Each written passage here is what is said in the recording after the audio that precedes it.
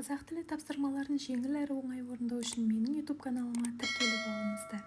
Қазақ тілі бірінші тапсырмада мәтіндегі негізгі ой қазақ тілінің бай екендігін, сөздік қордағы балама сөздердің тіпті өзге тілге аударуға да келмейтіндігін, шетел азаматтарының қазақ тілінің байлығына таңданыстарын жасыра алмайтындығын айтып тұр деп негізгі ойды жазамыз. Сұрақтарға жауап беретін болсақ, бірінші сұраққа Герольд Бельгердің пікірінен қазақ тілінің қайталанбас бай тілдердің қатарында екенін ұғындым. Екінші сұраққа қазақ тілінің бай екендігіне қарапайым мысалдар келтіріп өтейін. Отбасы мүшелеріндегі қария апаны апа, әже, апатай, әжем, қария атаны ата, аташым, әкені әкешім, әке, ананы анашым, сіңіліні қарындас, сіңілі, әпкені әпше, әпке, тағы да басқалары. Осындай қарапайым отбасы мүшелерін мысал ретінде айтып, дәлелдер келтіре аламын деп жауап беруіңізге болады. Екінші тапсырмада тіркес екпінді сөздерді мәтіннен теріп алып видеоға жазып қойдым. Құттықтау хаттың кіріспе бөлімінде кімге арналғандығы, негізгі бөлімінде не мақсатта жазылғандығы және қорытынды бөлімінде қорытынды сөзіңізді жазуыңыз керек. Үшінші тапсырмада үш тілде тілдер мерекесіне орай мұғалімдерге арнап хат жазылған. Хатты видеодан қарап оқып шығуларыңызға болады. Және тапсырманы дәл осылайынан дәптерлеріңізге де орындауға болады. Төртінші тапсырмада Василий Радловтың ғибратты сөздері қазақ тілінің бай екендігін, әуезді және сазды әсем екендігін жеткізеді.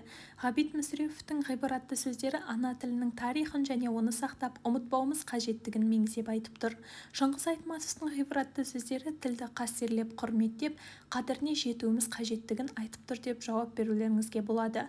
Бесінші тапсырманың жауабында бірінші суретте қазақ тілі мемлекеттік тіл, бірақ оны бәрібірдей толық меңгеріп отырған жоқ. Қалалық жерде орысша сөйлейтіндер көп, ауылда қазақша көбірек қолданылады. Салыстыр, ағылшын тілі әлемдік тіл, ғылым мен технологияда кең қолданылады. Орыс тілі тмд елдеріне ықпалды. Ал қазақ тілі қазақ халқының тарихы, мәдениеті, дәстүрімен тікелей байланысты.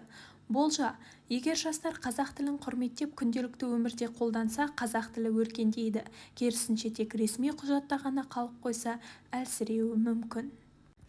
Төртінші, талқыла. Қазіргі таңда кейбір жастар қазақ тілін толық білмейді. Бұл ұлттық болмысқа, мәдениетке қауіп төндіреді. Ана тілінсіз халық өзінің даралығын жоғалтады.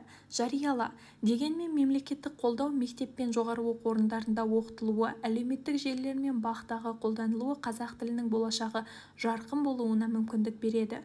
Қорытындыла. Ана тілін сақтау әр қазақтың парызы, өйткені ол ұлттың жаны, ар-намысы. Алтыншы тапсырмада қазақ тілі қандай тіл, ана тіл дегенімізді қалай түсінесіңдер, жоғалған тіл қайта пайда болуы мүмкін бе деп нақтылау сұрағын құрастырасыздар. Балалар, келесі тапсырмаларды да жеңіл әрі оңай орындау үшін менің YouTube каналыма тіркеліп алыңыздар. Сіздермен болған Айсәнім мұғалім.